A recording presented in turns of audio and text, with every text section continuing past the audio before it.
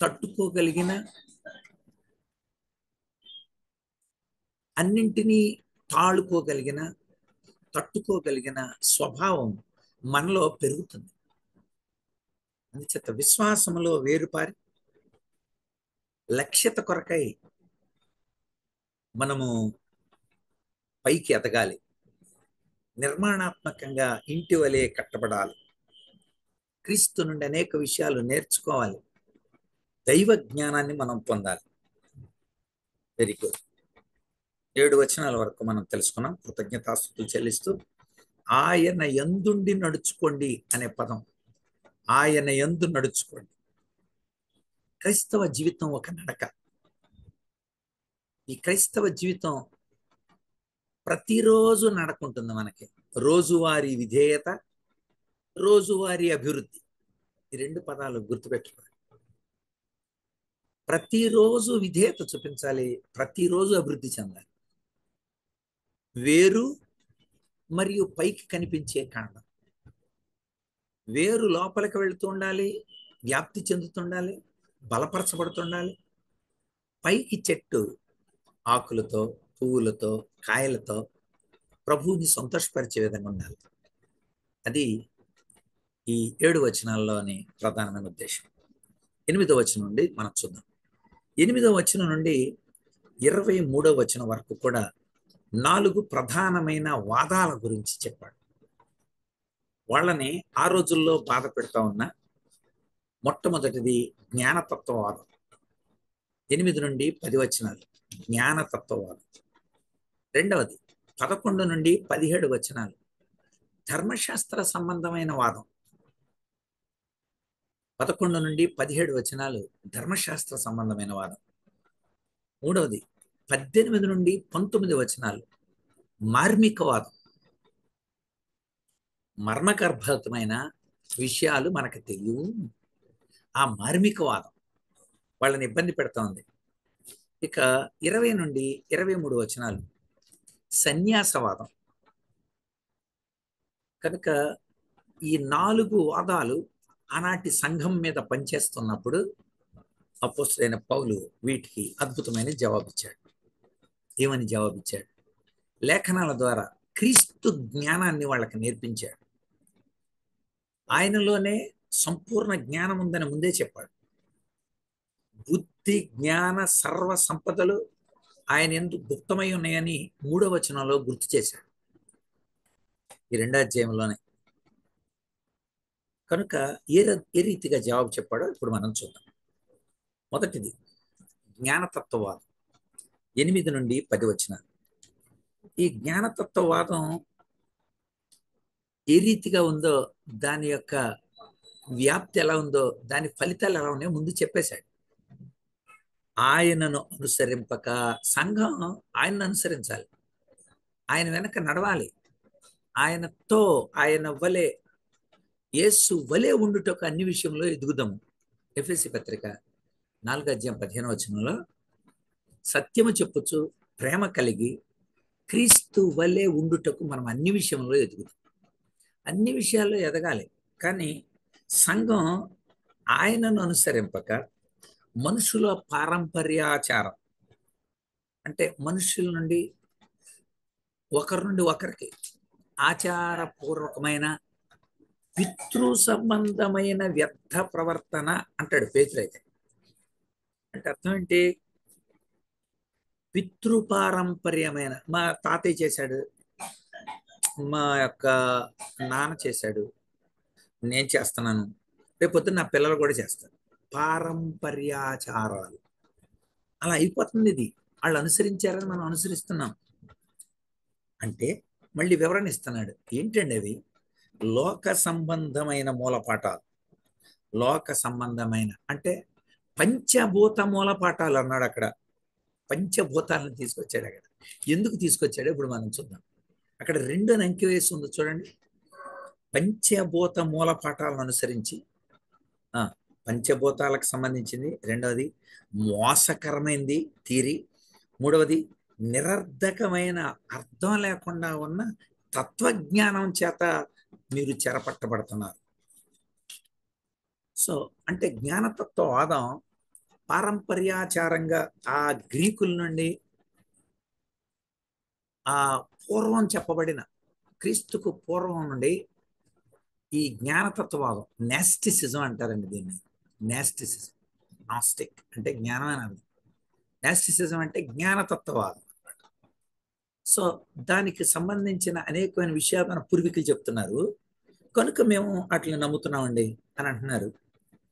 అంతేకాక ఈ లోక సంబంధమైన మూలపటాలు అంటే ప్రకృతి సంబంధించిన ఈ భూమి, ఆకాశము, గాలి, నీరు, అగ్ని, ఈ ప్రకృతి సంబంధించిన మూలపటాలు నిరర్ధకమైన అర్థం లేకుండా ఉన్న తత్వజ్ఞాన విషయాలు.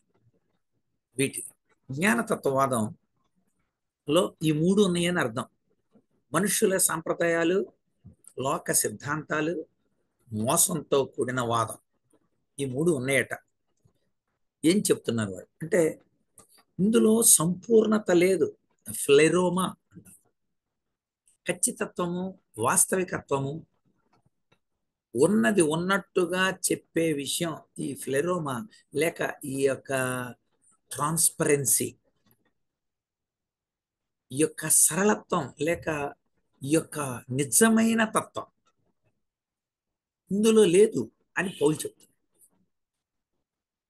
కనుక ఈ పారదర్శకత, నిజతత్వం ఇందులో లేదు అని ఎలా చెప్తున్నాడు మనం చూద్దాం. జ్ఞానతత్వవాదం ఏం చెప్పింది మనం గతంలో కూడా తెలుసుకున్నాం. శరీరం అపవిత్రంతో నిండింది, శరీర వాంఛల్ని మనం అణిచేసుకోవాలి అని చెప్పింది. ఇది సాధ్యం అవుద్దా? శరీర వాంఛల్ని నువ్వే అణుచుకోగలిగితే దేవుడు రావాల్సిన అవసరం లేదు, పరిశుద్ధాత్మని ఇవ్వాల్సిన అవసరం లేదు. జ్ఞానతత్వవాదం అది చెప్తుంది. కనుక దేవుడు ఎందుకు వచ్చాడు? దేవుడు మనకి ఎందుకు అవసరం అంటే నువ్వు ఆ పని చేయలేవు. రోమిలకు రాసిన పత్రిక 7వ అధ్యాయంలో పౌలు చాలా గట్టిగా వేదనతో అరిచాడు. ఇట్టి మరణమునకు లోనకు శరీరము నుండి నన్ను ఎవడు విడిపిస్తాడు? ఎందుకని? నాలో ఒక నియమం ఉంది. ఆ నియమం నవయములో ఉంది. ధర్మశాస్త్రంతో పోరాడుచు నవయములో ఉన్న పాప నియమానికి నన్ను చెరపడతా ఉంది. 15వ వచనం, 7:15. నేను ఏం చేస్తానో నాకే తెలియట్లే, చెయ్యకూడని దాన్ని నేను చేస్తా ఉన్నాను. 17వ వచనం, ఒకవేళ నేను చేస్తే అది నాలో ఉన్న పాపమే. పాప సంబంధమైన ఈ దేహం నుండి, దాని యొక్క చర్యల నుండి ఎవడు విడుదల చేస్తాడు? అందుకని 8వ అధ్యాయంలో దానికి జవాబు ఇచ్చాడు. ఆత్మ యొక్క నియమం పాప నియమాల నుండి మనల్ని విడుదల కలగజేస్తుంది. దేవుడు మనకు అనుగ్రహించే పరిశుద్ధాత్ముడి ద్వారా ఈ పాప నియమాన్ని నువ్వు కంట్రోల్ చేయొచ్చు. అది థియరీ. ఇప్పుడు వాళ్ళకి అదే చెప్తున్నాడు. శరీరం అపవిత్రమైంది, శరీర వాంఛలు మనం అణుచేసుకోవాలని చాలా పద్ధతులు చెప్తున్నారు వాళ్ళు. అది సరైనది కాదు నాన్న. పవిత్ర శరీరంతో ఈ లోకానికి వచ్చి పవిత్రుడిగా తన్ను తాను ప్రత్యక్షపరుచుకున్నవాడు యేసుక్రీస్తు. అంతేకాదు, ఆయనలో పాపం లేదు. నాలో పాపం ఉన్నదని మీలో ఎవడు నిరూపించగలని సవాల్ చేశాడు యేసుప్రభు. ఇంకా వాళ్ళు చెప్పే ఇంకొక దుర్బోధ ఉంది. అదేంటంటే దేవునికి పాపంతో సంబంధం లేదు, ఆత్మతో మాత్రమే సంబంధం. కనుక శరీరం పాప భూయిష్టం గనుక, శరీరం అపవిత్రమైంది కనుక, దేవుడికి పాపంతో సంబంధం లేదు కనుక, ఆత్మతో మాత్రమే సంబంధం కనుక మనం శరీరం తేజ్ చేసుకున్నా పర్లేదు. సరే, ఇది ఎపిక్యులరిజానికి దారితీస్తా ఉంది. ఎపిక్యులరిజం అంటే అర్థం ఏంటి? గ్రీకు తత్వవేత్త ఎపిక్యూరస్ ఏం చెప్పాడు? తిని తాగి సుఖించండి రా, పరలోకం లేదు, నరకం లేదు, ఏమీ లేదు అసలు. కనుక తిని తాగి సుఖించే ఎపిక్యులరిజానికి దారితీస్తా ఉంది ఇది. ఏంటి దాని అర్థం? సారీ, దేవునికి పాపంతో సంబంధం లేదు గనుక, ఆత్మతో మాత్రమే సంబంధం గనుక, శరీరం పాపం గనుక దేవుడికి శరీరంతో సంబంధం ఉండదు. అసలు దేహానికి ఎలాంటి ప్రాముఖ్యత లేదని చెప్పారు. సారీ, దేహానికి ఎట్టి ప్రాముఖ్యత లేదన్నాడు. కానీ యేసుప్రభు అలా చెప్పలేదు. కొరింథీయులకు రాసిన మొదటి పత్రిక 6వ అధ్యాయం 19 నుండి చదివితే, మీ దేహం దేవుని వల్ల మీకు అనుగ్రహింపబడి మీలో ఉన్న పరిశుద్ధ ఆత్మకు ఆలయమైనదని మీరు ఎరగరా? మీరు మీ సొత్తు కారు, విలువ పెట్టి కొనబడినవారు కనుక మీ దేహంతో దేవుని మహిమపరచాలి. దేహానికి ప్రాముఖ్యమైనది కాదు, దేహం చాలా ప్రాముఖ్యమైనది. మీ దేహాన్ని ప్రభువుకి సజీవ యాగంగా సమర్పించండి అని కూడా చెప్పాడు. రోమాపత్రిక 12 అధ్యాయం మొట్టమొదటి వచనం. సహోదరులారా, పరిశుద్ధమును దేవునికి అనుకూలమైన సజీవ యాగంగా మీ శరీరాలను సమర్పించండి. ఇట్టి సేవ యుక్తమైనది. మీ శరీరాలు ఎందుకు సమర్పితం అన్నాడు? శరీరానికి ప్రాముఖ్యత లేదు కాదు, శరీరాలను ఆయన మందిరాలుగా మారుస్తాడు. తన ఆత్మను అందులో ఉంచుతాడు. తన రక్తంతో ఆయన కడుగుతాడు. కనుక వాళ్ళ వాదాలు ఎంత తప్పో పౌలు వాళ్ళతో చెప్తున్నాడు. మానవునికి దేవునికి మధ్య చాలా మంది అవతార పురుషులు ఉన్నారని, దేవదూతలు ఉన్నారని వాళ్ళు చెప్తున్నారు. యేసు ప్రభు ఈ లోకానికి వచ్చింది నేరుగా మనల్ని పరలోక రాజ్యాన్ని తీసుకెళ్ళాలి. నా ద్వారా తప్ప ఎవడు పరలోకం చేరడు, నేనే మార్గం అని చెప్పాడు. ఇంకా మధ్యలో దేవదూతల ఆరాధన లేదు. ఇక ఎంత నేరుగా, ఎంత ఖచ్చితంగా యేసయ్యని గురించి పౌలు ఇక్కడ వీళ్ళతో చెప్పాడు. ఇక్కడ చెప్పిన మాటలు కూడా మనం చూస్తాం. కనుక ఇలాంటి మోసం చేస్తున్నారు. దేవత్వం యొక్క సర్వ పరిపూర్ణత క్రీస్తులో నివసిస్తూ ఉంది. అంటే క్రీస్తును చూస్తే అంటే ఆయన అన్నింటికి అతీతుడు. ఇక్కడ వాళ్ళు ఏం చెప్పారు? అవతార పురుషులు ఉన్నారు, లేక దేవదూతల మధ్యలో ఉన్నారు. దేవదూతలు కాదు, మధ్యలో ఉన్నాయి. దేవుని యొక్క స్వరూపి అన్న క్రీస్తే ఈ లోకానికి వచ్చి మానవుల్ని విమోచించి తీసుకెళ్తున్నాడు. ఆయనలోనే సర్వ పరిపూర్ణత ఉంది. ఇక్కడ 9వ వచనంలో మాట్లాడేటప్పుడు ఆయన ఈ పదాన్ని చాలా చక్కగా వాడాడు. 9వ వచనం, దేవత్వం యొక్క సర్వ పరిపూర్ణత, థియోటెటోస్. ఈ థియోటెటోస్ అనే పదం, దేవత్వం అనే పదం గ్రీకులో చాలా ఉన్నతమైన పదం. ఇది ఇక్కడే వాడబడింది, ఒక్కసారే వాడబడింది. అది కూడా ఇక్కడ వాడబడింది. క్రీస్తు యొక్క మూర్తిమత్వం, ఆయన యొక్క ఇన్నర్ పర్సనాలిటీ, దేవుని యొక్క సంపూర్ణ లక్షణాలన్నింటినీ కూడా సూచిస్తుంది. ఇక్కడ క్రీస్తు దేవుడు అనే వాస్తవానికి సమర్థవంతంగా 3 విషయాలు చెప్పాడు. ఈ ఒక్క వచనంలోనే 3 విషయాలు ఉన్నాయి. ఒకటి, ఆయన దైవత్వం చెప్పాడు. దేవత్వం యొక్క సర్వ పరిపూర్ణత అంటే దేవుడి లక్షణాలు ఆయనలో ఉన్నాయి. దేవత్వం అనే పదం వాడాడు, థియోటెటోస్. ఆ దేవత్వం ఆయనలో ఉంది. రెండోది, దేవత్వం యొక్క వ్యాపకత. అంటే ఈ యొక్క క్రీస్తు తత్వం శరీరంగా నివసిస్తుంది. దాన్ని బట్టి మీరు తెలుసుకోవాలి. ఎక్కడో దేవుడు ఉన్నాడు కాదు, ఆ దేవుని యొక్క తత్వం శరీరాన్ని ధరించుకొని ఈ లోకానికి వచ్చాడు, శరీరంగా కనపడుతున్నాడు. ఇది రెండవది. యేసుక్రీస్తు దేవుడు అని అనడానికి ఈ 3 సాక్ష్య సమూహాలని ఏర్పాటు చేశాడు. అంత చెప్తున్నాడు అన్నమాట. దేవుని యొక్క సర్వ పరిపూర్ణత ఇక్కడ గమనిస్తే దేవత్వము అన్నాడు, రెండవది శరీరంగా కనిపిస్తుంది అన్నాడు, మూడవది సర్వ పరిపూర్ణత అన్నాడు. ఈ 3 పదాలు క్రీస్తు యొక్క దైవత్వాన్ని తిరస్కరించే చాలా మంది ఉన్నారు అనుకోండి. ఆ యొక్క అందులో నెస్టిసిజం కూడా ఒకటి. యేసుప్రభు ఒక సామాన్యుడు. నెస్టిసిజం అంటే జ్ఞానతత్వవాదం ఏం చెప్పిందంటే యేసుప్రభు ఒక సామాన్యుడు, ఒక కామన్ మ్యాన్. యేసు సామాన్యుడే, కానీ క్రీస్తు ఆత్మ అప్పుడప్పుడు వచ్చి యేసు లోపలికి వచ్చి సూచక్రియలు చేస్తా ఉంది ఆ క్రీస్తు తప్ప యేసు సామాన్యుడే. కనుక ఈ థీరీ నుండి బయటికి తీసుకురావడానికి కోసం మరి నిగూఢమైన విషయాలు చాలా ఉంటాయి, వాటిని మనం నేర్చుకోవాలి, ఆ జ్ఞానాన్ని మీరు సంపాదించుకోవాలి, ఆ జ్ఞానం మేము ఇస్తాం అని మోసపరుస్తున్నారు వాళ్ళు. గాలి, వాన, ఉరుములు, మెరుపులు ఇవన్నీ ఆ శక్తుల యొక్క నిదర్శనాలు అని చెప్తున్నారు వాళ్ళు.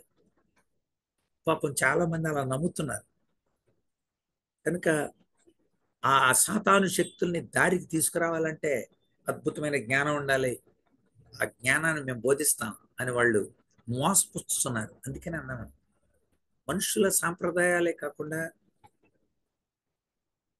లోక సిద్ధాంతాలు, ప్రకృతికి సంబంధించిన గాలి, నీరు, ఆకాశం, భూమి, అగ్ని, వీటికి సంబంధించిన మూలపాఠాలు చెప్పి అందులో జ్ఞానం ఉంది, ఆ జ్ఞానం మేము నేర్పుతాం అని. కనుక రకరకాలైన పద్ధతులను వాళ్ళు ప్రవేశపెట్టి, దేవదూత ఆరాధన కూడా వాళ్ళు ప్రవేశపెట్టి, సృష్టికర్తగా క్రీస్తుని అంగీకరించకుండా, దేవుడు మంచోడే కానీ ఆయన ఈ భూమి, ఈ శరీరాలు, ఈ సృష్టికి ఆయన కారకుడు కాదు. ఎందుకు కారకుడు కాదంటే ఇదంతా అపవిత్రత, పాపంతో ఉంది కనుక.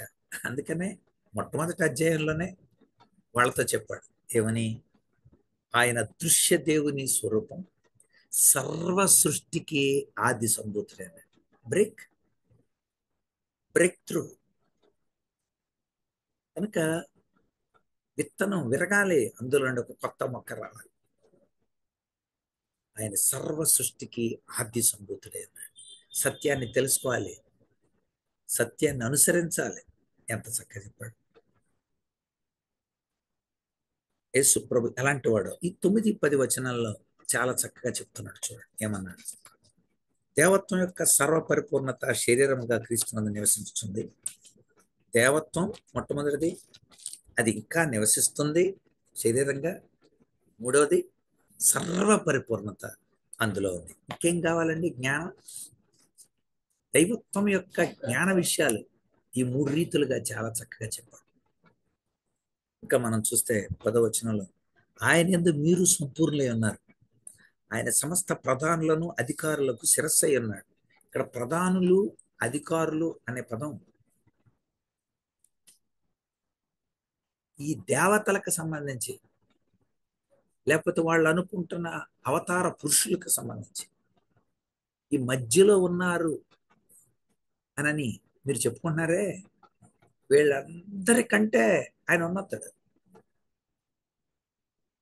అందుచేత అక్కడ కూడా చెప్పాడు, మొదటి అధ్యాయం 16వ వచనంలో చూడండి, ఆకాశం అందున్నవి, భూమి అందున్నవి, దృశ్యమైనవి, అదృశ్యమైనవి, సింహాసనాలైన, ప్రభుత్వాలైన, ప్రధానులైన, అధికారులైన.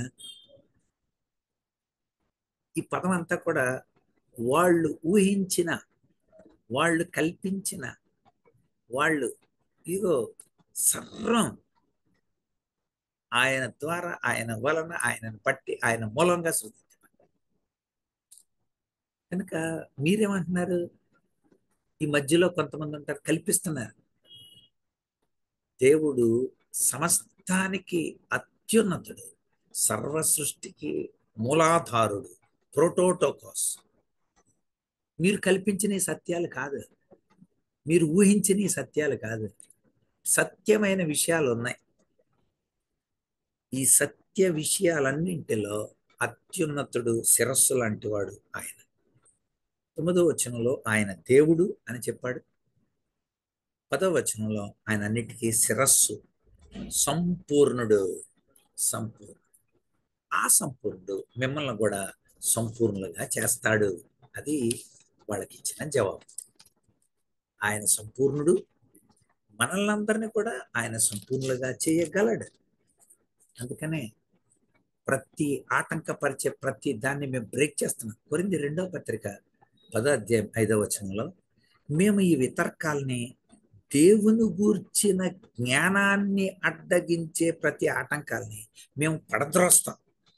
అంతేకాదు అక్కడేమన్నాడు, పడద్రోసి ప్రతి ఆలోచనను క్రీస్తుకు లోబడినట్లు చేరపడతాం. క్రీస్తుకు లోబడటం అనే పదాన్ని ఎందుకు వాడాడు?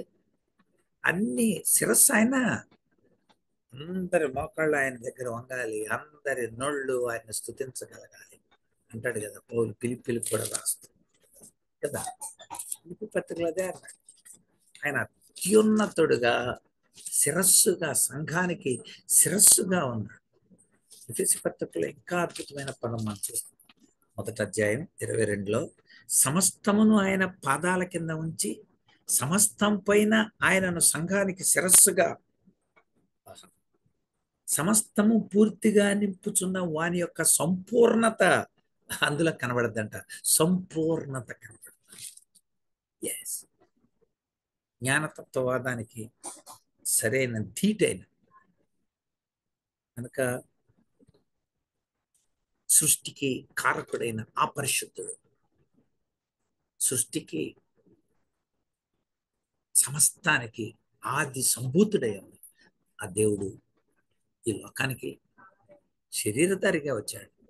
ఆయన యేసుక్రీస్తు అని తత్వజ్ఞానాన్ని, దాని మూలపాఠాలని, ఆధ్యాత్మికమైన మోసాలని పౌలు ఖండించాడు. ఇది మొదటిది, జ్ఞానతత్వవాదాన్ని బ్రేక్ చేయడం. ఇక రెండవది 11వ వచనం నుండి మనం చూస్తే కొలస్సీ పత్రిక 2వ అధ్యాయం 11వ వచనం నుండి 17వ వచనం వరకు ధర్మశాస్త్రవాదం. చాలామంది యూదులు ఆ రోజుల్లో ఈ యొక్క ధర్మశాస్త్ర సంబంధమైన క్రియలు చేయాలి. అందులో మొట్టమొదటిది 11వ వచనం, సున్నతి యందు శరీరేచ్ఛలతో కూడిన స్వభావం. తర్వాత ఇంకా అన్నపానాలు, పండగలు, అమావాస్య, విశ్రాంతి దినాలు 16వ వచనం. కనుక ఇవన్నీ కూడా ధర్మశాస్త్ర సంబంధమైన విషయాలు. అసలు దేవుడు మనకి ఎంత గొప్ప భాగ్యం ఇచ్చాడంటే, రోమపత్రిక 3వ అధ్యాయం, రోమపత్రిక 3వ అధ్యాయంలో మనం పొందిన రక్షణను గురించి, క్రీస్తు కరుణాధారంగా ఎలా వచ్చాడన్న విషయాలు చెప్తూ 28వ వచనంలో ధర్మశాస్త్ర సంబంధమైన క్రియలు లేకుండా విశ్వాసము వలననే మనం నీతిమంతులుగా తీర్చబడుతున్నామని డైరెక్ట్ చెప్పేశాడు. మళ్ళీ నువ్వు తీసుకొచ్చి అమావాస్య, పౌర్ణమి, లేకపోతే సున్నతి ఇలాంటివి చెప్తున్నారేంటి? ఈ వాదం కూడా వాళ్ళ మీద బాగా దాడి చేస్తుంది. ఖచ్చితంగా సున్నతి పొందాలి, మనం సున్నతి పొందాలి. దీనికి పౌలు చాలా చక్కని జవాబు. ఒకవేళ శరీర సంబంధంగా మేము సున్నతి పొందకపోవటం వలన మేము ఒకవేళ మీ దృష్టిలో చచ్చిన వారంగా ఉంటే, ధర్మశాస్త్ర పరంగా కూడా మేము చచ్చిన వాళ్ళమై ఉంటే, క్రీస్తు మమ్మల్ని బతికించాడు. ఎంత చక్కగా చదువుతుంది. అంటే ఒకవేళ ధర్మశాస్త్ర సంబంధమైన క్రియలు చేయకపోవటం వలన ఒకవేళ మేము గనక మరణించి చనిపోయి ఉన్న వారం అయితే క్రీస్తు మమ్మల్ని ఎలా బతికించాడు ఇప్పుడు మనం చూద్దాం. చూడండి 11వ వచనం, మీరు సున్నతి యందును 12వ వచనం, మీరు బాప్తిస్మం ఆయనతో కూడా పాతి పెట్టబడిన వారే మృతుల నుండి దేవుని ప్రభావం అన్న లేచితే. ఇంకా 13 నుండి చూద్దాం, తర్వాత విషయాలు మాట్లాడదాం. అపరాధం వలన శరీరమందు సున్నతి పొందకుండా వలన ఒకవేళ మృతులై ఉంటే, దేవుడు రాతరూపకమైన ఆజ్ఞల వలన మన మీద రుణంగా మనకు విరోధంగా ఉండిన ఆ పత్రాన్ని మేకులతో సిలువకు కొట్టి దాని మీద చేవ్రాతం తుడిచేసి మనకు అడ్డం లేకుండా ఎత్తివేసి మన అపరాధములన్నింటినీ క్షమించి ఆయనతో కూడా మిమ్మల్ని జీవింపజేశాడు. ధర్మశాస్త్ర పరంగా ఒకవేళ మీరు చచ్చిపోయారా, సున్నతి పొందట్లేదని ఒకవేళ అలాంటి వాళ్ళు మీరు మృతులై ఉన్నారని ఒకళ్ళు తీర్పు చెప్పారా, అలాగైతే మిమ్మల్ని బతికించడానికి యేసుప్రభు ఎలాగా? విశ్వాసం ద్వారా ఆయన ఈ రుణపత్రాలని మేకులతో సిలువ కొట్టి దాని మీద ఉన్న చేవ్రాతం తుడిచేసి అడ్డం లేకుండా ఎత్తేసి పాపాలను క్షమించి తనతో పాటు కూర్చొని పెట్టుకున్నాడు. ఇంకేంటి, ఇంకా దానికి జవాబు ఇచ్చేసాడు. అంతేకాదు, మరి సున్నతి పొందాలి అని అంటున్నారు కదా మీరు, దానికి సంబంధించిన కూడా వివరం. సున్నతి అనేది యోధా మతం యొక్క ఒక సాధారణమైన ఆచారం. అది ఒక చిన్న శస్త్రచికిత్స, మగపిల్లల యొక్క మర్మాంగ కొనను కొంచెం ఖండిస్తారు. అది ఆత్మ సంబంధంగా, అది శరీరానికి ఆత్మ సంబంధంగా అది ఏ రీతిగా మీరు చెప్తారు మీరు? కనుక అది చేసినంత మాత్రాన వాడు పునర్జన్మ పొందుతాడా? పునర్జననం వాళ్ళకి వస్తుందా? కనుక మీరు సున్నతి పొందుతున్నారే తప్ప, అంతే తప్ప ఆధ్యాత్మిక అర్థాన్ని మీరు విస్మరించారు. ఆచారాల ద్వారా బతుకుతున్నారు తప్ప, మేము ఇలా సున్నతి చేశామని చెప్పుకుంటున్నారు తప్ప, దేవుని సంతోషించిన కార్యక్రమం ఏముంది? కనుక ప్రతి ఒక్కరికి ఆధ్యాత్మిక సున్నతి ఉంది. అందుకని ఇక్కడ ఆ పదం వాడాడు, చేతులతో లేకుండా చేసిన సున్నతి అని వాడాడు. ఈరోజు మనం గమనిస్తే చేతులతో లేకుండా చేసే సున్నతి, దీని వివరణ చాలా చక్కగా మనకి చెప్పాడు.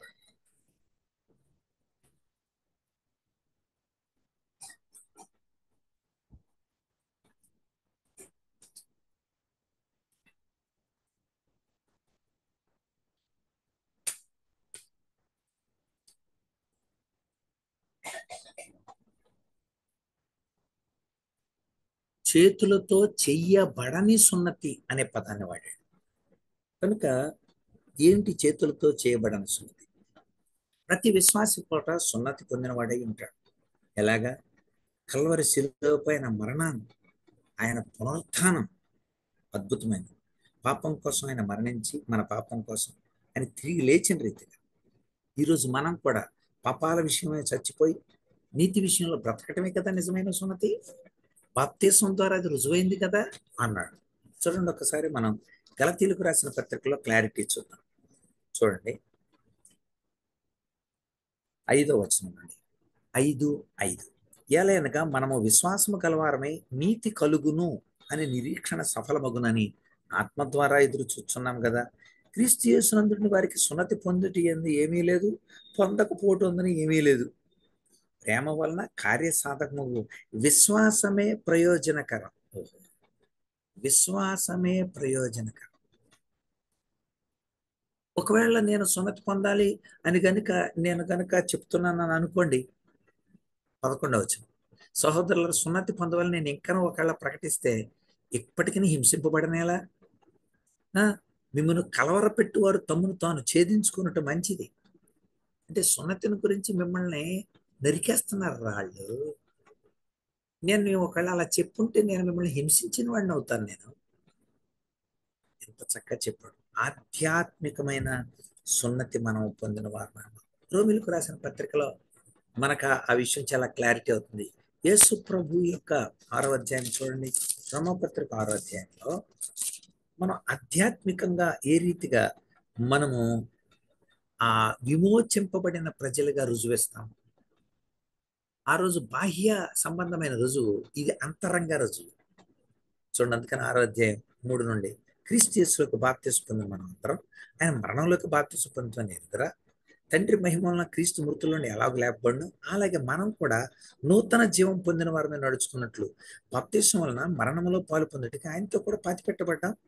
ఆయన మరణం యొక్క సాదృశ్యం మీద ఐక్యం కలిగి ఉంటే ఆయన పునరుద్ధానం యొక్క సాదృశ్యం మీద ఆయనతో కూడా ఐక్యం గలవారమైందాం. 11 మీరును పాప విషయంలో మృతులుగాను దేవుని విషయమై క్రీస్తు యేసునందు సజీవులుగా మిమ్మల్ని మీరు ఎంచుకోండి. అందుకే కదా ఆయన మనకి గొప్ప కార్యం చేశాడు. ఈ కల్వరి యాగం దేవుడు మనకు అనుగ్రహించిన ఆధ్యాత్మికమైన సున్నతిని మనకి తెలియజేస్తా ఉంది. ఇంకా గలతీ పత్రిక 2వ అధ్యాయం 20వ వచనంలో అక్కడ ఎంత స్పష్టంగా ఉందో చూడండి ఒకసారి. గలతీ పత్రిక 2వ అధ్యాయం 20వ వచనంలో నేను క్రీస్తుతో కూడా సిలువేయబడి ఉన్నాను, క్రీస్తు నా యందు జీవిస్తున్నాడు, ధర్మశాస్త్ర సంబంధమైన క్రియల మూలముగా కాక. ఎంత చక్కగా చెప్పారు. కనుక ఈ విషయాలు మనము ధ్యానం చేస్తూ ఉన్నప్పుడు కనుక గలతీ పత్రిక 6వ అధ్యాయం ఇంకొక మాట చదవాలి. 14వ వచనం, 6:14 మన ప్రభు అయిన యేసుక్రీస్తు సిలువ యందు తప్ప మరి దేని యందును అతిశయించుట నాకు దూరమగును గాక. దానివలన నాకు లోకానికి నేను సిలువేయబడి ఉన్నాను, ఇంకేమీ లేదు. ఆయన ద్వారా ఆయన మా పాపాలను తొలగించాడు. శరీర చర్మాలను తొలగించడం కాదు, మా పాపాలని తొలగించాడు. అంతరంగ స్వభావాన్ని మార్చాడు. నూతనమైన స్వభావాన్ని మాకు ఇచ్చాడు. ఓ కనుక సున్నతి విషయం నుండి బాప్తిసం వైపుకు మరలాడు.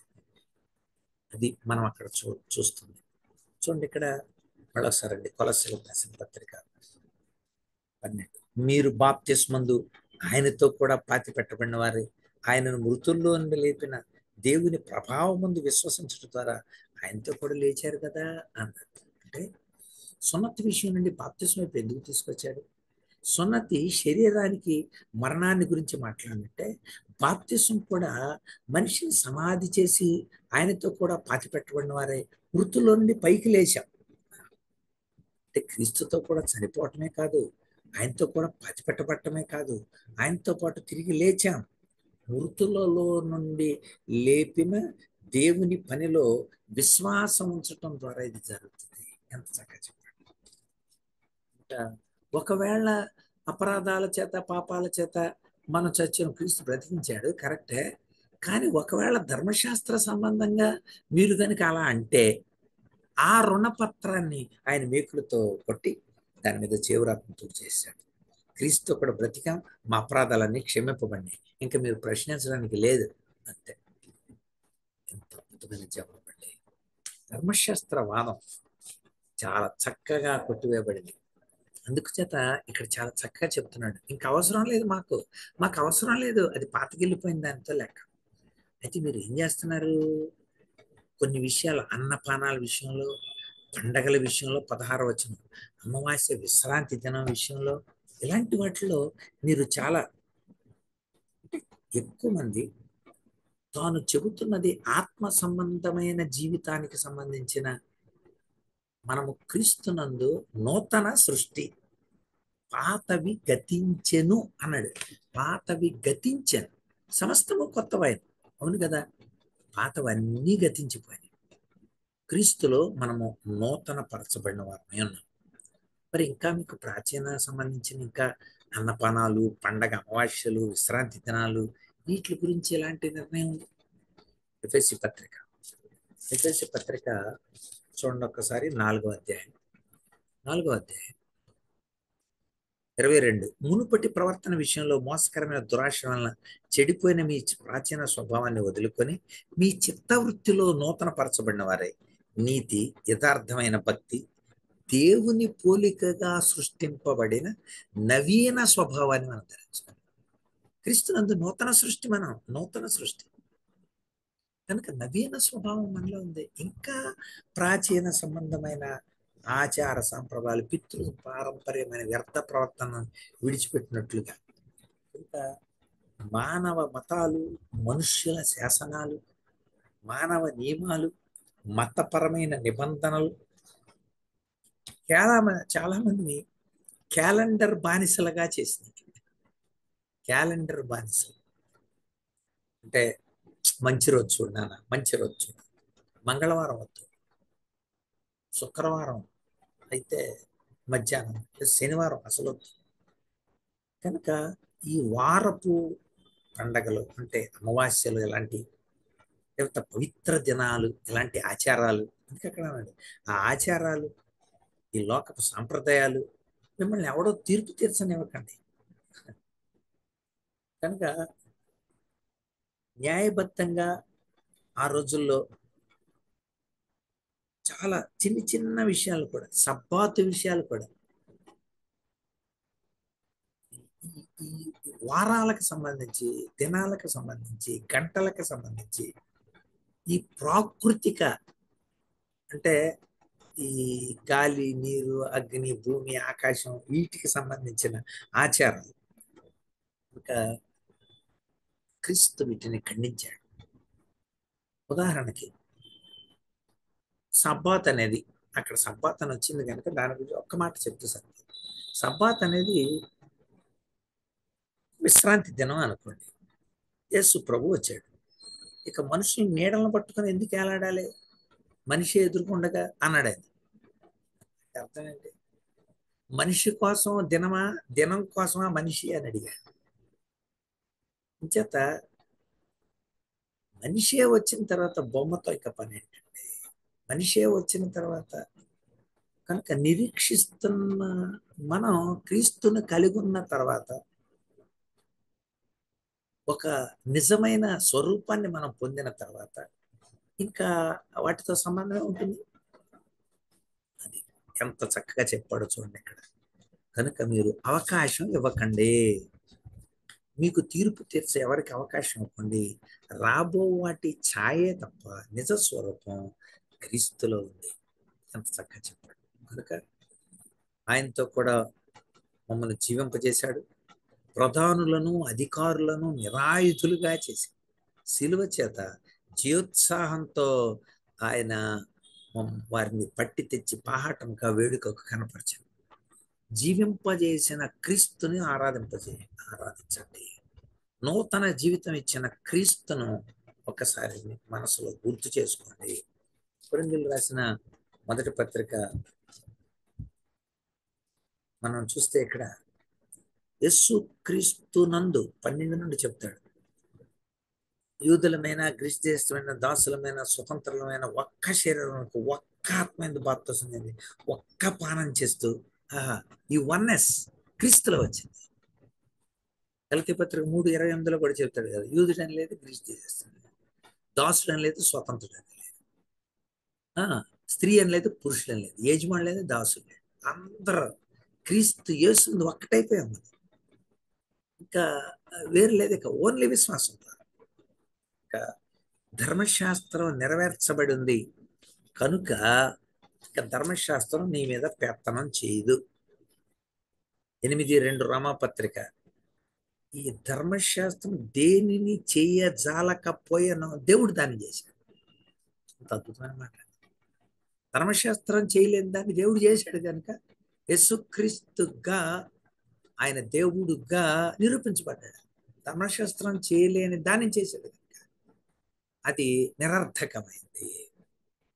అందుచేత ధర్మశాస్త్రం శరీరానుసారమైన మనస్సు ధర్మశాస్త్ర సంబంధమైంది, కానీ ఆత్మానుసారమైన మనస్సు నీతికి సమాధానంతో కూడుకుంది. 8వ అధ్యాయం అంతా బ్రహ్మపత్రి 8వ అధ్యాయం అని చెప్పాడు. సో ధర్మశాస్త్రవాదానికి అద్భుతమైన జవాబిచ్చాడు పుస్తకం. ఇందులో ప్రధానంగా సున్నతిని గురించి దినాలు, వారాలు అలా చూసే ఈ రోజుల్లో కూడా చాలా మంది మన క్రైస్తవులు కూడా ఈ దినాలకి ప్రాధాన్యత ఇవ్వడం, వారాలకి ప్రాధాన్యత ఇవ్వడం ఎంత శోచనీయం, ఎంత సిగ్గుకరం. అది సాంప్రదాయంగా వస్తున్న చనిపోతే 3, 5, 7, 9, 11 పెట్టాలి అని, లేకపోతే ఇలాంటి చాలా ఎవరన్నా చనిపోతే మెడల్లో కీడుకు సంబంధించిన బట్టలు వేయాలి. సో ఇలాంటి చాలా చూస్తూ ఉన్నాము. అరే కీడు నుండి తప్పింపబట్టడానికి యేసుప్రభు వస్తే మీరు కీడు బట్టల్ని మెళ్ళ ధరిస్తామా? సో ఇలాంటి సాంప్రదాయబద్ధమైన కనుక ఆచార సంబంధమైన లోక సంబంధమైన పదాన్ని కూడా ఇక్కడ వాడాడు. లోక సంబంధమైన విషయం కనుక వాళ్ళ విశ్వాసాలకి వాళ్ళు చేసుకుంటున్నారేమో, దాన్ని ఎవరి విశ్వాసాన్ని కించపరచండి. క్రైస్తవ విశ్వాసంలో అవి లేవంటున్నారు. కానీ క్రైస్తవ విశ్వాస సంబంధమైన విషయాల్లో మనం లోక సంబంధమైన మనుషుల పారంపర్యాచార మూల పాఠాల మోసకరమైన నిరర్థకమైన విషయాలు కనుక ఇందులో ఎవరు మిమ్మల్ని ఇలా ఎందుకు చేసావని అనిపించుకోకండి. ఇది రెండవది. మూడవది చూడండి, 18, 19 వచనాలు. ఇది మార్మికవాదం. మార్మికవాదం అంటే ఇది మీకు తెలియదండి, ఇది ధ్యానంలో ఉంటేనే తెలుస్తుంది. ఇది మీకు అర్థం కాదండి, మీరు ఇక అనుభవం పొందితేనే. మీరు ఒక ఆయనతో నేను చర్చిస్తున్నాను, ధ్యానాన్ని గురించి చర్చిస్తాను. ఆయన నాతో చెప్పిన మాట నన్ను ఎంత ఆశ్చర్యపరిచిందంటే ఇలా అన్నాడు, మీరు కూడా ఆ ధ్యానంలో ఉంటే మీకు తెలుస్తుంది అన్నాడు. ఎలా ఉండాలి దానికి ఏదో నియమాలు చెప్పాడు. అలా కూర్చోవాలి, ఇలా కళ్ళు మూసుకోవాలి, ఇలాగా మీరు ధ్యానంలో ఉండాలి ఉంటే అని అడిగి. అంటే అప్పుడు ఆయన చెబుతున్నాడు, మీరు యేసుప్రభుని పూజ చేసి యేసుప్రభుని దేవుడిగా కొలుస్తూ నిరంతరం ఆయన అనుసరిస్తుంటారు. మేము యేసుప్రభుతో ఆడుకుంటాం, ఆడుకుంటాం. ఆయన మాతో పాటు అన్ని తిరుగుతాం, అందరం భోజనాలు చేసేస్తాం. మేము ఆయన క్యాజువల్గా చక్కగా పక్కన ఉంటాం. మేము అలాంటి స్టేజ్కి రావాలి మీరు. మీరు ఇంకా ఎదగలేదు. ఎదుగుంటే మాకులాగా యేసు ప్రభుతో దేవదూతలతో అలా గడిపేవారు. ఇది మార్మిక. అంటే అర్థమైందా? అంటే తెలియని విషయాన్ని దేవదూత ఆరాధన ఎందు ఇచ్చగలిగి తాము సూచినాట్ల గురించి గొప్పగా చెప్పుకోవచ్చు. శరీర సంబంధమైన మనస్సుతో నిరంతరం ఉప్పొంగుచు క్రీస్తును హత్తుకొనని వాడు. ఓ, ఇలాంటి వాళ్ళు చాలా మంది ఉన్నారు. కనుక ఈ వాళ్ళు బోధించినవి దేవదూతల ద్వారా మనం దేవుణ్ణి సంప్రదించవచ్చు, దేవదూతల్ని ఆవహించడం ద్వారా, లేక వాళ్ళు మధ్యలో ఉన్న వీళ్ళందరూ చెప్పాను కదండి ఎలాంటిది, అటు దేవుడికి ఇటు మనకి మధ్యన దేవదూతలు ఉన్నారని. ఒక గొలుసు ఉందంట, దేవదూతలను సృష్టిస్తే ఆ గొలుసు ఒకరినొకరు పట్టుకుని అలా కిందకు వచ్చేటప్పటికల్లా అంటే మానవుడు ఉంటాడు అనమాట. అది ఆ దైవత్వం అలా క్రమంగా క్షీణించిపోతే చివరికి వచ్చేది మానవుడి దగ్గరికి వచ్చేసరికి పాపమే. కనుక మీరేం చేయాలి, ఈ మధ్యలో వారిని అంటే మధ్యవర్తిత్వాన్ని ప్రవేశపెట్టారు. చాలా మంది కూడా మనుషుల్ని ప్రవేశపెడుతున్నారు. కొంతమంది యేసు ప్రభు తల్లిని మధ్యలో మధ్యవర్తిత్వంగా ప్రవేశపెడుతున్నారు. కొంతమంది మనుషుల్ని మధ్యవర్తిత్వంగా పెడుతున్నారు. ఇది తప్పుడు నియమం. సృష్టింపబడిన ఏ జీవి ద్వారా యేసు ప్రభువే తన్ను తాను ప్రత్యక్షపరుచుకున్నాడు. నేనే మధ్యవర్తికి వస్తే ఇంకా మధ్యవర్తులు ఏంటి అన్నాడు. తిమోతి 1 పత్రిక 2 అధ్యాయం 5 వచనంలో దేవుడు ఒక్కడే, దేవునికి మనుషులకు మధ్యవర్తి ఒక్కడే, ఆయన క్రీస్తు యేసు అను నరుడు అన్నాడు. ఎంత చక్కగా క్లారిటీ ఇచ్చాడంటే క్రీస్తు యేసు అను నరుడు. క్రీస్తు అంటే అభిషేకింపబడిన మీరు ఎదురు చూస్తున్న దేవుడు. యేసు అంటే శరీరంతో పుట్టిన, ఇక్కడ ప్రవచనాలు నెరవేరునట్లుగా బెత్లెహేములో నుండి వచ్చినాడు. ఆయనే ఈయన. అది యేసే క్రీస్తు, క్రీస్తే యేసు, క్రీస్తు యేసు అభిషేకింపబడిన ఆ దేవుడు ఇక్కడ అభిషేకింపబడిన అభిషక్తుడుగా ప్రవచింపబడిన ఆయన యేసుగా ఈ లోకానికి వచ్చాడు. కనుక అపొస్తలుడైన పౌలు ఇలాంటి అస్పష్టమైన వాటిని, తాము చూడని వాటిని గురించి గొప్పగా చెప్పుకుంటూ ఉంటారు. తమ వద్ద లోతైన రహస్యాలు చాలా ఉన్నాయి. ఇవి చాలా మర్మగర్భితమైనవి. మార్మికవాదం అంటారు. అదంతా కేవలం అందులోనే కనపడుతుంట. కనుక చాలా మంది ఉన్నారులేండి, స్పిరిటిజం కూడా ఇందులోకి వస్తుంది, ఆత్మవాదం ఉంటుంది. కనుక ఇలాంటి వాళ్ళందరూ కూడా రహస్య జ్ఞానాన్ని గురించి అబ్బో మేము చాలా, కనుక ఇలాంటి శరీర సంబంధమైన మనస్సు వలన ఊరకు పొంగుతున్నారు వాళ్ళు. లోతైన రహస్యాల్లోకి మేము ప్రవేశిస్తున్నాం. లోతైన పైన 7 రకాలైన లోకాలు ఉన్నాయంట. ప్రస్తుతం 6లో ఉన్నాడంట. ఇంకా 7 లోపలికి వచ్చేస్తే దేవుడి స్వరూపం వాళ్ళలో వచ్చేద్దంట. అంతా చెప్తున్నాడు ఆయన. నేను అప్పుడు మానసిక శాస్త్ర పరంగా మీరు ఇల్యూజన్ డెల్యూజన్స్ గురించి చెప్పాను. భ్రమ భ్రాంతి, మన మనస్సు కలగజేసే భ్రమ భ్రాంతుల గురించి చెప్పాను. ఉన్నదాన్ని సరిగ్గా చూడకపోతే దాన్ని భ్రమ అంటారు. లేని దాన్ని ఊహించుకుంటూ నేను ఏదో చూస్తున్నాను అంటే భ్రాంతి అంటారు. నువ్వేది తలుచుకుంటే అదే కనపడుతున్నానా అంతే అని వాళ్ళకు ఒక ఉదాహరణ కూడా చెప్పాను. నేను ఒక రోజున ఇంట్లోకి ప్రవేశిస్తూ అకస్మాత్తుగా పామును తొక్కేశాను. తొక్కేసి చాలా భయంతో లోపలికి వెళ్ళాను. నా భార్య అన్నం పెడితే అన్నంలో పాము కనపడుతుంది. పడుకుంటే అప్పుడు మాది పెంకుల్లో పాము కనపడుతుంది. దుప్పట కప్పేసుకొని భయపడుతూ దుప్పట కప్పేసుకుంటే దుప్పట్లో కూడా పాము కనపడుతుంది. ఇప్పుడు ఇలా కాదనుకొని ఎట్టి పరిస్థితి నా పామును చంపాల్సిందే, లేకపోతే నాకు నిద్ర పట్టదు అనుకుని టార్చ్ లైట్ తీసుకుని వచ్చి ఎక్కడ పాము తొక్కానో అక్కడ టార్చ్ చేసి చూస్తే అక్కడ మంచుకు తడిసిన కొబ్బరి తాడు ఉంది. మంచుకు తడిసిన కొబ్బరి తాడు. అందుకే నేను తొక్కింది పాముని కాదు, మంచుకు తడిసిన కొబ్బరి తాడు. ఇక్కడ ఈ 2 విషయాలు చెప్పాను. కొబ్బరి తాడును పాము అని అనుకోవడం భ్రమ. అన్నంలో పాము కనపడుతుంది, పెంకుల్లో పాము కనపడుతుంది, దుప్పట్లో పాము కనపడుతుంది, అది భ్రాంతి. మన మనస్సు భ్రమని భ్రాంతిని 2 కలుగజేస్తే ఇల్యూషన్ అండ్ డెల్యూషన్. డెల్యూషన్కి వెళ్ళేవాము ఒకసారి చూసుకున్నానా, మార్మిక వాదంలో ఉన్నావా, నిద్రపోయే కల కన్నా జీవితం సుందరమని మేలుకున్నాక తెలుసుకున్నాను జీవితం బాధ్యత అని అంటాడు ఇయన్ హోవర్. అంటే నిద్రపోయి కలగని అదే జీవితం అనుకోకు. నిద్రలో పలావ్ తిన్నంత మాత్రాన దమ్ బిర్యానీ కొట్టేస్తే ఇక్కడ కడుపు నిండదు నాన్న. లేచి చూస్తే చచ్చే ఆకలేస్తుంది. కనుక తెలుసుకోవాల్సిన విషయం అది. లేఖనాధారితమైన క్రీస్తు చెప్పాను అట్టివాడు శిరస్సును హత్తుకోలేదన్న సంగతి తెలుసుకోండి. వ్యర్థంగా ఉబ్బిపోకండే. ఇప్పుడు వాళ్ళు ధ్యానాల్లో కూర్చొని ఒకవేళ అలాంటి ఏయో మార్మికమైన విషయాలను డ్రగ్గు ఇంజెక్షన్స్ చేసుకున్నవాడు కూడా డెల్యూషన్కి గురవుతాడు. డ్రగ్ ఎక్కువ వాడాడు అనుకోండి, వాడు హెరాయిన్ కొకైన్ ఇవన్నీ వాడతారు. అంతేందుకు ఇంకా మీలో గ్లూకోజ్ పర్సంటేజ్ తగ్గిపోతున్న కొలది ఈ డెల్యూషన్స్ పెరుగుతుంటే మనకి కొన్నిసార్లు ఈ ఆబ్సెసివ్ కంపల్సివ్ డిజార్డర్ ఓసిడి లాంటి ఇట్లా కూడా ఎవరో వస్తున్నారు, వచ్చినట్టున్నారు, నా కోసం వచ్చారా, ఎవరది మాట్లాడుతుంది, నా కోసం మాట్లాడుతున్నారు, ఇలాంటి భ్రమ భ్రాంతులు, వీటినే దైవ మర్మాలు అని మార్మికవాదం చెబుతుంటే, లేదు నాన్న, శిరస్సు అలా చెప్పలేదు, శిరస్సును హత్తుకొని ఉండాలి, అక్కడి నుండి కమెంట్ రావాలి. ఎంత చక్కగా చెప్పాడండి. శిరస్సును హత్తుకున్న వాడు ఎవడు కూడా, అంటే శిరస్సు మూలంగా సర్వ శరీరం కీళ్ల చేత నరముల చేత పోషింపబడాలి, అతుకబడాలి, దేవుని వల్ల కలుగు అభివృద్ధితో అభివృద్ధి పొందాలి. ఒకదానితో ఒకటి ఇవన్నీ కలుసుకొని ఇక్కడ నుండి కమాండ్ తీసుకొని ఉంటాయిగా, అంటి పెట్టుకొని ఉండాలి. క్రీస్తుతో మీరు సంబంధాన్ని కలిగి ఉండాలి. ఎంత చక్కగా చెప్పాలి.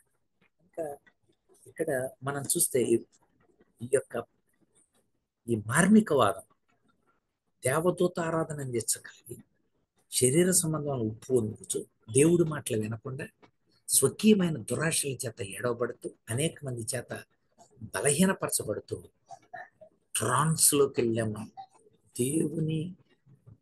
దేవుని సన్నిధికి వెళ్ళిపోయారు.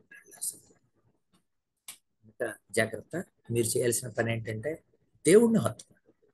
క్రీస్తు మూలంగా ఈ సర్వశరీర సంఘం అంతా కీళ్ల చేత నరముల చేత పోషింపబడి అతకబడి చివరి వాదం ఒకటి, జ్ఞానతత్వవాదం నాస్టిసిజాన్ని బ్రేక్ చేశాడు. రెండవది యోధా మత సంబంధమైన ధర్మశాస్త్రవాదాన్ని బ్రేక్ చేశాడు. మూడవది మార్మికవాదాన్ని బ్రేక్ చేశాడు. నాలుగవదిగా సన్యాసవాదం అన్నది. సన్యాసవాదం 20 నుండి 23 వచ్చిన చూడండి. మీరు క్రీస్తు కూడా లోకం యొక్క మూలపాఠాల విషయం మృతి పొందిన వారైతే లోకంలో బ్రతుకుతున్నట్టు మనుషుల ఆజ్ఞలను పద్ధతులను అనుసరించి, చాలా మంది ఏం చెబుతుంటారు, అది ముట్టుకోకు, ఇది రుచి చూడకు, ఇది పట్టుకోవద్దు, వీటికి స్వేచ్ఛారాధన, దేహ శిక్ష విషయంలో జ్ఞానరూపకంగా, అంటే వీళ్ళు చెప్పేది ఏంటంటే మీ శరీరాన్ని నలగొట్టుకుంటే, మీ శరీరం నలగొట్టుకుంటే ఉంటే ఎంత నలగొట్టుకుంటే అంత దేవుడికి దగ్గర అవుతారు. లంఘనం సర్వరోగ నివారణం అని చెప్తాండి. ఉపవాసాలు ఎంత ఎక్కువ చేస్తే, లంఘనాలు ఎంత బాగా చేస్తే రోగాలన్నీ పోయి దైవతత్వం నీలో నుండి వెలువడుతుంది. ఎంత మూఢత్వం ఇది. లంఘనం సర్వరోగ నివారణ. కనుక ఇలాంటి వాదాలు, అందుకని మీరు ఇప్పుడు కూడా ఇజ్రాయెల్ కంట్రీ అలా వెళ్తే చాలామంది తమ శరీరాన్ని కోడాలతో కొట్టుకుంటూ కనబడతారు. కొంతమంది ముళ్ళ మీద దేహానికి శిక్ష వేసుకుంటారు అన్నమాట. దేహానికి శిక్ష వేసుకోవటం వలన దైవతత్వం వస్తుందని చాలామంది అలాగా మేకుల మీద పడుకొని కనబడటం ఇలాంటివి చూస్తూ ఉంటాను. చాలామంది మోకాళ్ళ మీద దేవుడి దగ్గరికి వెళ్ళటం, పిల్ల మొగ్గులు వేసుకుంటూ దేవుడి దగ్గరికి వెళ్ళటం, ఇవన్నీ కూడా ఇక్కడ చాలా స్పష్టంగా చెప్తున్నాడు. శరీరాన్ని నలగొట్టుకోవటం, లేకపోతే ఇది తాకూడదు, ఇది రోజు చూడొద్దు, ఇలాంటి వాటిని భౌతిక పరమైన అభ్యాసాలు, శరీర అభ్యాసాల వలనే దేవుని యొక్క ప్రత్యక్షత దేవుని బిడ్డలుగా మారటం కాదు. శరీరాన్ని సృష్టింపజేసుకోవటం వలన సన్యాసవాదం. సన్యాసవాదం అంటే అలాగన్నింటిని వదిలేసేసి, పెళ్ళం బిడ్డలను కూడా వదిలేసేసి అలా ఉంటే దేవుడు మనల్ని మెచ్చుకుంటాడు అని. కనుక ఇక స్వీయ తిరస్కరణ, అది తనకు తానే తిరస్కరించేసుకోవటం, స్వీయ హింస, ఆడికి ఆడే బాధ పెట్టుకోవటం, ఇలా ఎక్కువ మంది తయారవుతున్నారు. ఏంటండి ఈ విలువ? ఏంటండి దీని ద్వారా మీరు పొందేది ఏంటి? కనుక శరీరాన్ని నిగ్రహం చేయటానికి మనలో పరిశుద్ధాత్మను పెడతానన్నాడు దేవుడు. తిమోతి 2 పత్రిక 1:7 దేవుడు మనకి శక్తియు ప్రేమయు ఇంద్రియ నిగ్రహం. నిన్ను నువ్వు కంట్రోల్ చేసుకోలేవు నాన్న. నిన్ను కంట్రోల్ చేసుకుంటే దేవుడు ఎందుకు రావటం అసలు? కనుక ఇక్కడ ఇంకో పదం మనం శరీరేచ్ఛ నిగ్రహ విషయంలో ఇవి ఏమాత్రము ఎన్నిక చేయదగినవి కావు అని. ఎన్నిక చేయదగినవి కాదు. కనుక మీరు లంకణాలు చేసేస్తే దేవుడమ్మో నువ్వు నా ఎడల కడుపు మార్చుకున్నావు గనుక అని అంట. ఇదేనా నేను ఏర్పరచుకున్న ఉపవాసం అంటే? ఇదేనా నువ్వు కడుపు ఎండగట్టుకోవటం అంటే? కాదు కాదు. 58 అధ్యాయం 3 యెషయా గ్రంథాలు అంటాడు, నీ బుద్ధి మారాలి, నీ ప్రవర్తనలో మార్పు రావాలి. అంతే తప్ప నేను ఉపవాసం ఉన్నాను, నువ్వు నన్ను ఎందుకు చూడరు, నేను బాధపరుచుకున్నాను, నన్ను ఎందుకు చూడరు అని మీరు అడుగుతున్నారు. మీ కంఠధ్వని పరమునికి వినబడినట్లు చేయడమే కదా నిజమైన ఉపవాసం అంటే. కలహాలు గుద్దులు ఆడుకుంటా మీరు మీ శరీరాన్ని నేను ఉపవాసం ఉన్నాను, నేను శరీరాన్ని నలగొట్టుకున్నాను అని అంటే నువ్వు 40 కాదు 270 చేసినా ఉపయోగం లేదు. కనుక శరీరాన్ని నలగొట్టుకోవటమే కాదు, కనుక దేవుణ్ణి పొందడానికి లేక దేవుని యొక్క ఉన్నతమైన ఆలోచనలో జీవించడానికి, ఆయన మహిమను పొందడానికి శరీరాన్ని నలగొట్టుకుంటాం కాదు.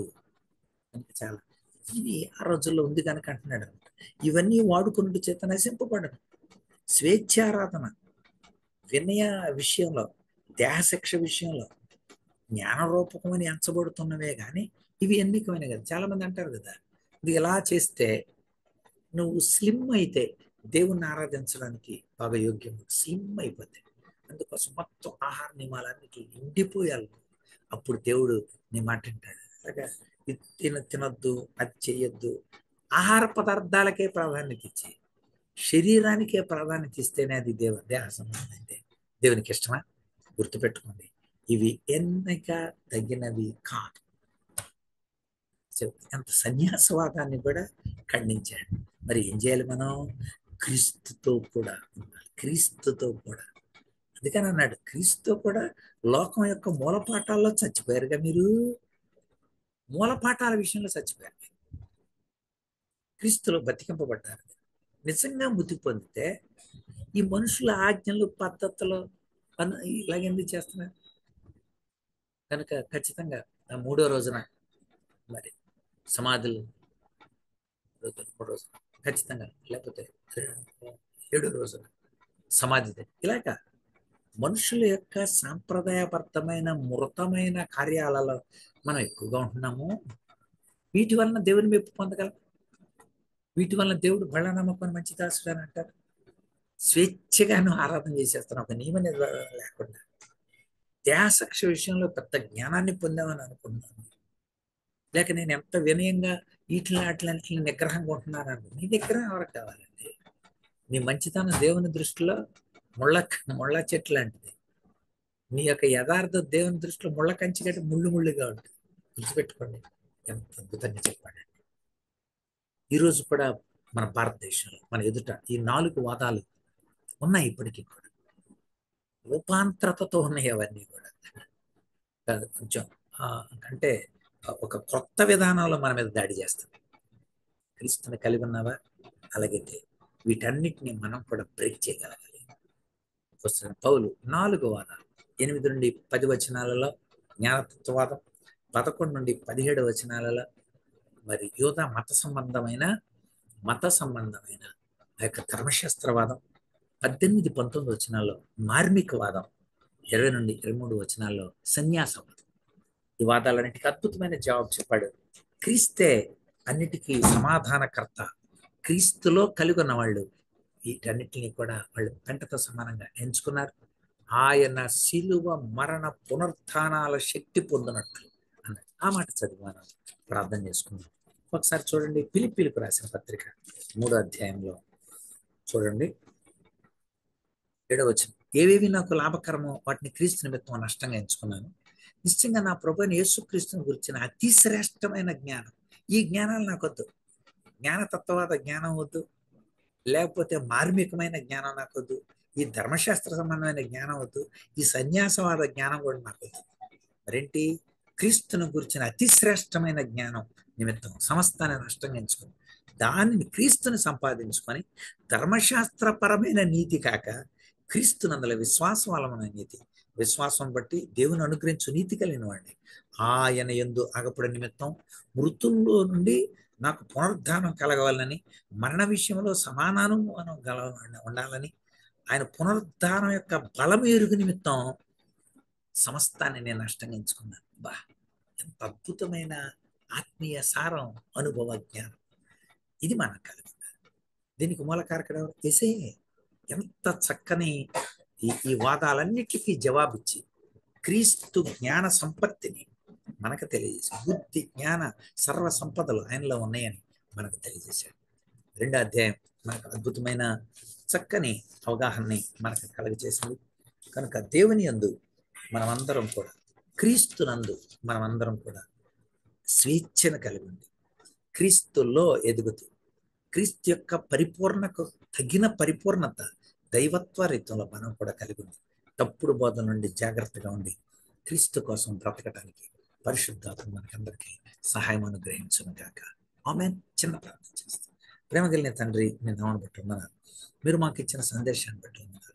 అపోస్తలుడైన పౌలు తండ్రి ఆనాడు కొలస్సీలకు వారికి ఏర్పడిన ఇబ్బందికరమైన వాదాలు, తత్వజ్ఞానాల నుండి తండ్రి ఏ రీతిగా బయటికి రావాలో, ఏ రీతిగా నిన్ను తెలుసుకోవాలో, నిన్ను వెంబడించాలో, నీలో తమ జీవన నడక, జీవన శైలి వాళ్ళు మార్చుకోవాలో నేర్పించాడు. ఈరోజు కూడా మేము కూడా సత్యాన్ని తెలుసుకొని సత్యము ద్వారా స్వతంత్రులుగా నీతో బ్రతకడానికి సహాయం తెచ్చాడు.